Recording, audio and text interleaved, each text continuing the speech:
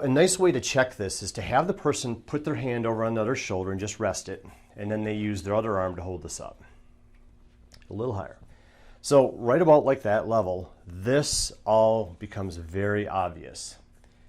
And you see how tight that is right through there? Right there. It's okay. Sore, tight.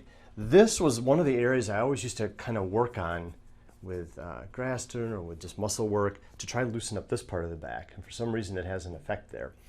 Probably due to the fascial connection all the way across.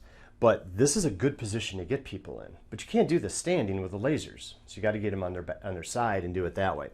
But you can work all the way down through here. She's going to have tender points. This is all sore and tight. So Mark, why don't you come over and feel this too? Just scoot forward a little bit more. And just see, this got to be a little gentle on, yeah. If you want to hear some noises from her, push a little harder. You feel, see how hard that all is? Yeah. And up here too, this is all deltoid. This hard thing underneath that you can almost dig underneath, that's all deltoid from there up. Okay. Isn't it neat? Yeah. So infraspinatus is this stuff down here. It's the stuff that covers the back side of the scapula. Now what covers the front side of the scapula is the subscapularis. So people don't realize this, if you actually could take the shoulder blade right off, the humerus would come with it if you could separate some other things. But you got the muscles on the back of the scapula, and then you got the muscle on the front of the scapula, which is then touching her rib cage. That's the subscap. So that you want to work to, and that's what we were doing with her on her back. But right now we're going to focus on this infraspinatus. Now I believe some of the lasers would actually get through that, some through the bone to the subscap, but not much. So we're going to show it multiple ways. So once you lay on your side, here too, pop that over here, we're going to raise her pillow height quite a bit here. What we're going to do is we're going to simulate the same position we had with her standing up. Now we're on the other side, but she's going to do this. Yeah, you can leave it, just relax it, and hold it up like that. That's that. Now this all then pops out and is really, really tight on this side too. You want to feel this, Mark?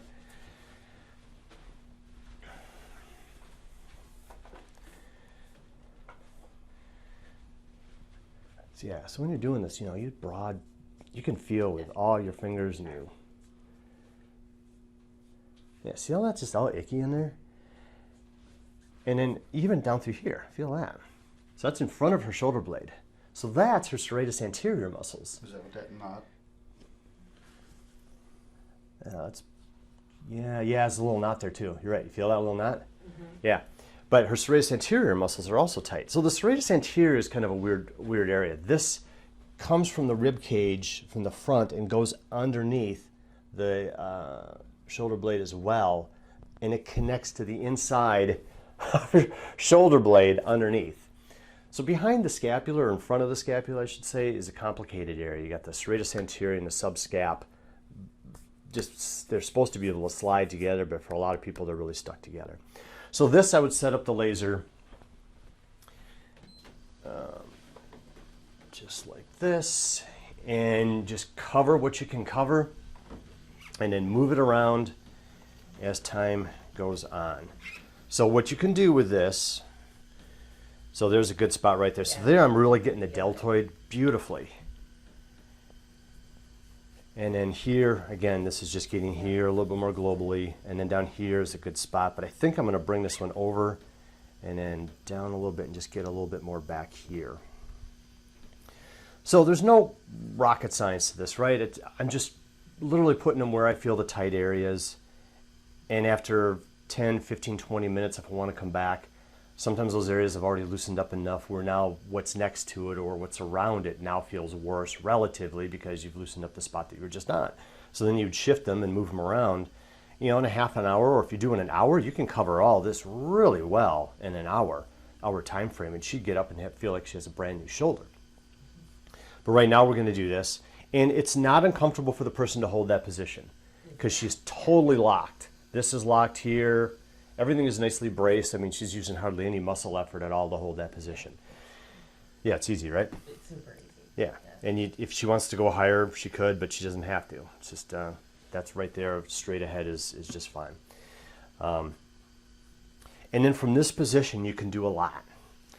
So you can get the Serratus Anterior and all the ribs, and even this edge of the scapula here too, because there's lumps through that. You got a pretty good view of this, right, Robin? Okay. So you can have her be like this for half an hour. If she wants, she can actually bring her arm overhead and let it dangle there. Now that opens this up a little bit more, so you could turn one in and go down this direction. So what's nice about this is you can get that subscap a little bit easier because the lasers are going straight down, right? That was going to be my question. Yeah, I love this position. Now for her to hold this back more would be uncomfortable. So that's when on your back position, the face up with the arm back is really good. Here it's probably a little harder for her to do. Maybe she can do it, but it doesn't matter because this gets it. But the ribs are going back and down like that. So to really get that, you'd want to kind of come in and maybe go in at a slight angle backwards. And then, you know, this can go like this. And this leads to another thing too, is that the red lasers penetrate very nicely. So one thing that kind of dawned on me about a year ago is why couldn't you go at an angle if you were trying to hit more superficial tissue and not go for depth? So in other words, instead of taking the depth that way, take the depth this way, where you're going superficially, but then you're covering more tissue. So if that was the situation, like down here, I could go more like this. And now I'm trying to cover, you know, this much tissue, but I'm more doing the superficial aspect of it. Here I still want to go depth. Here I still might want to go depth. It's all just what you want to do, but it's just these different positions that they'll have. And then I see some people too, they won't use the laser like this. They'll actually have this way up here, and then they'll have these like this. And that's okay, but again, this is so far away, it's really not doing a whole lot.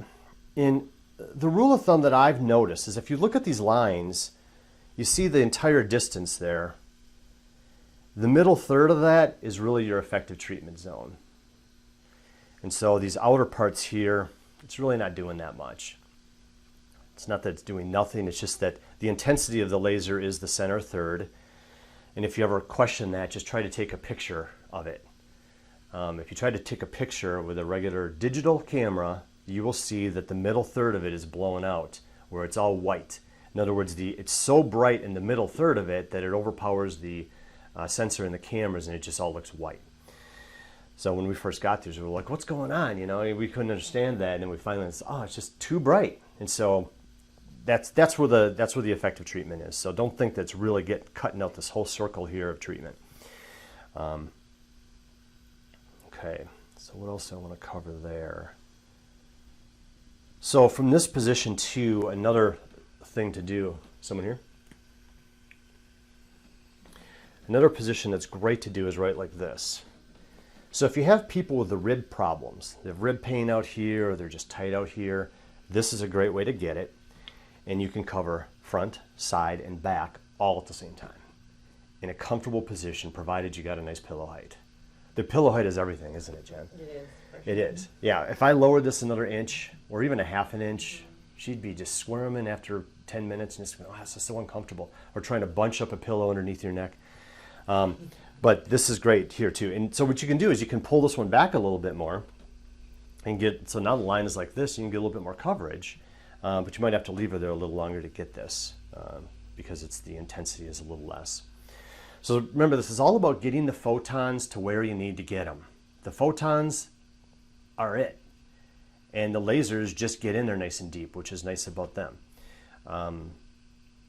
So if it's closer, you're going to treat a smaller area more effectively. If it's further away, you're going to treat a broader area but less effectively. But then you can just bump up the time to compensate. So that's how it works.